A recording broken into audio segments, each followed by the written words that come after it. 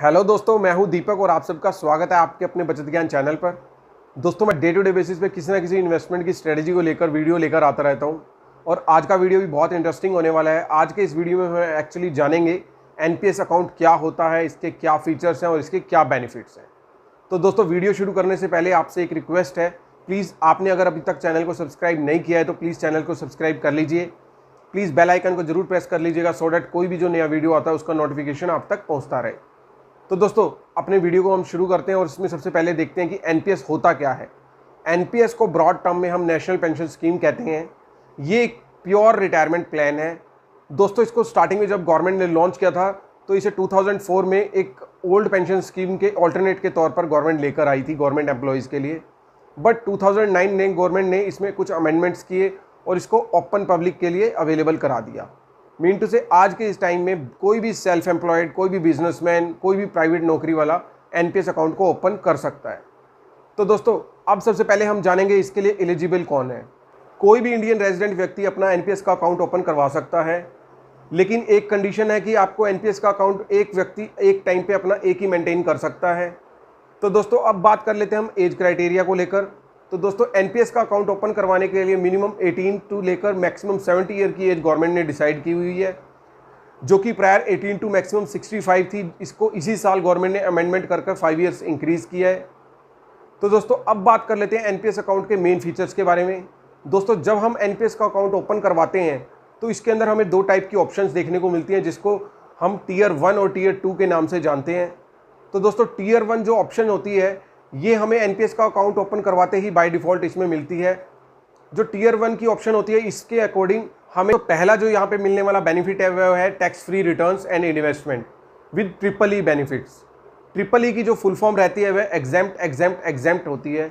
Mean to से जो amount हम यहाँ एनपीएस अकाउंट में पर ईयर डिपॉजिट करते हैं उस पर हमें टैक्स पर रिबेट मिलती है, प्लस जो हमारा इन्वेस्टेड अमाउंट होता है जो उस पर रिटर्न जनरेट होती है वो भी हमारी टैक्स फ्री होती है, प्लस जो हमें मैच्योरिटी पे हमारा लमसम बेनिफिट मिलता है वे भी हमारा टैक्स फ्री होता है। तो दोस्तों, अब हम बात कर लेते हैं इस पे मिलने वाली हमें टैक्स सेविंग बेनिफिट्स के बारे में। तो दोस्तों, as like other tax saving instruments, NPS account को भी हम टैक्स सेविंग के लिए यूज़ करते हैं। तो दोस्तों, एनपीएस अकाउंट से भी हमें अंडर सेक्शन 80C के तहत हमें यहाँ पर एनपीएस अकाउंट में कुछ एडिशनल टैक्स सेविंग बेनिफिट्स भी मिलते हैं। तो दोस्तों, देर ना करते हम उन्हें भी जान लेते हैं। अंडर सेक्शन 80CC1 के तहत हमें यहाँ पर मैक्सिमम 1.5 लाख तक के अमाउंट पर टैक्स रिबेट मिलती है। इससे अलग हमें अंडर सेक्शन 80CC1B के तहत एडिशनल 50,000 के अमाउंट पर भी टैक्स रिबेट मिलती है। तो दोस्तों, हम कह सकते हैं कि एनपीएस अकाउंट से हम 2 लाख तक के अमाउंट पर टैक्स रिबेट ले सकते हैं। तो दोस्तों, अब कुछ जान लेते हैं हम टीयर 1 ऑप्शन के बेसिक चीज़ों के बारे में। तो दोस्तों, यहाँ पे डिपॉजिट किया गया अमाउंट हम बीच में विड्रॉल नॉर्मली नहीं करवा सकते। इस ऑप्शन में हम एनपीएस अकाउंट के 3 नॉमिनी अपॉइंट कर सकते हैं मैक्सिमम।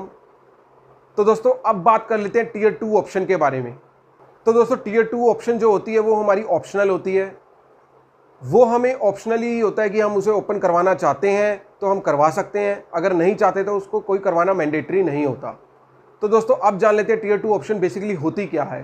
टीयर 2 ऑप्शन जो होती है वो हमारी इन्वेस्टमेंट प्लान होता है। बेसिकली गवर्नमेंट ने इसको इसलिए ऐड किया है सो डैट पीपल्स जो हैं वो एनपीएस अकाउंट से जो रिटायरमेंट बेनिफिट लेना चाहते हैं, वो एडिशनल अगर सेविंग करना चाहते हैं तो वो म्यूचुअल फंड्स में जैसे ही इन्वेस्टमेंट अकाउंट खोल कर वहाँ पे इन्वेस्टमेंट करते हैं वैसे ही यहाँ पर भी इन्वेस्टमेंट कर सकते हैं।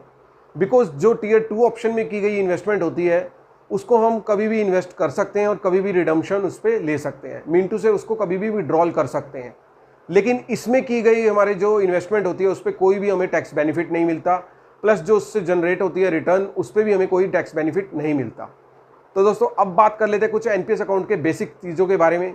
दोस्तों, जब हम एनपीएस का अकाउंट ओपन करवाते हैं तो हमें 12 डिजिट का यूनिक एक अकाउंट नंबर मिलता है, जिसको कि हम प्रान नंबर भी बोलते हैं।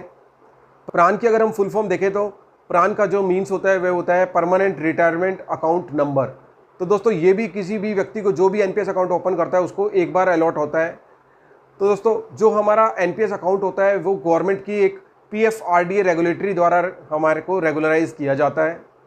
एज लाइक जैसे बैंक्स को इंडिया में आरबीआई मेंटेन करता है, शेयर मार्केट को सेबी करता है, वैसे ही पीएफआरडीए एनपीएस अकाउंट को रेगुलेट करता है। तो दोस्तों, अब हम जान लेते हैं पार्शियल विड्रॉल को लेकर। क्या एनपीएस अकाउंट में हम पार्शियल विड्रॉल कर सकते हैं या नहीं। तो दोस्तों, यहाँ पे भी हम पार्शियल विड्रॉल कर सकते हैं, लेकिन उसके लिए कुछ कंडीशंस हैं।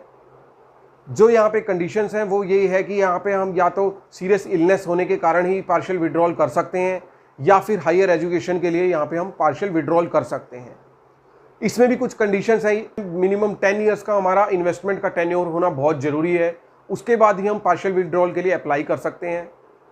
इसमें जानने वाली बात ये बहुत ज़रूरी है कि हम अपने सेल्फ कंट्रीब्यूशन का मैक्सिमम 25% ही पार्शियल विड्रॉल के रूप में ले सकते हैं और ये ऑप्शन हमें पूरे टेन्योर में 3 बार अवेलेबल होती है और इसमें मिनिमम 5 ईयर्स का गैप होना बहुत ज़रूरी है। तो दोस्तों अब हम जान लेते हैं एनपीएस अकाउंट को हम कहाँ ओपन कर सकते हैं। एनपीएस अकाउंट हम किसी भी ऑथराइज बैंक में जाकर फिजिकली भी ओपन करा सकते हैं। बाकी आजकल के टाइम में सभी बैंक्स ने ऑनलाइन प्लेटफॉर्म पे भी ये ऑप्शन प्रोवाइड करवाई हुई है। तो दोस्तों अब ये जान लेते हैं कि एनपीएस अकाउंट में जो हम इन्वेस्टमेंट करते हैं वो कहाँ पे इन्वेस्ट होती है। तो दोस्तों इसमें बेसिकली 2 टाइप की ऑप्शन अवेलेबल होती हैं जब हम एनपीएस अकाउंट ओपन करते हैं। एक तो ऑटो चॉइस होती है और एक एक्टिव चॉइस होती है। सपोज वन हमने ऑटो चॉइस ली है तो उसमें क्या होगा, जो हम इन्वेस्ट करने हमारी इन्वेस्टमेंट अमाउंट है जो हमने इन्वेस्ट किया है वो हमारे फंड मैनेजर्स एनपीएस अकाउंट के वो अपने आप ही उसको आगे इन्वेस्ट कर देते हैं। उसके अलावा हमारे पास एक्टिव चॉइस की भी एक ऑप्शन होती है। इसमें हम अपनी मर्जी से भी अपने अमाउंट को इन्वेस्ट कर सकते हैं, क्योंकि जो हम एनपीएस अकाउंट में हम अपना इन्वेस्टेड अमाउंट होता है वो 3 जगह पे हमारा इन्वेस्ट होता है। एक तो वो इक्विटी में हमारा इन्वेस्ट होता है, सेकेंडली कॉर्पोरेट बॉन्ड्स में इन्वेस्ट होता है, थर्ड वो गवर्नमेंट सिक्योरिटीज़ में इन्वेस्ट होता है। तो दोस्तों अगर हम एक्टिव चॉइस लेते हैं वहाँ पर हम अपना इक्विटी का एक्सपोजर अपनी इच्छा अनुसार बढ़ा सकते हैं, जो कि हम मैक्सिमम 75% तक ले जा सकते हैं। तो दोस्तों ये तो था सारा एनपीएस अकाउंट के बारे में। I think so NPS account की ये सारी इन्फॉर्मेशन मिलने के बाद आपके सारे डाउट्स क्लियर हो गए होंगे। तो दोस्तों अगर आपको ये वीडियो अच्छा लगा हो तो प्लीज़ लाइक एंड शेयर जरूर कीजिएगा। तो दोस्तों now the time for signing off, till the time, bye.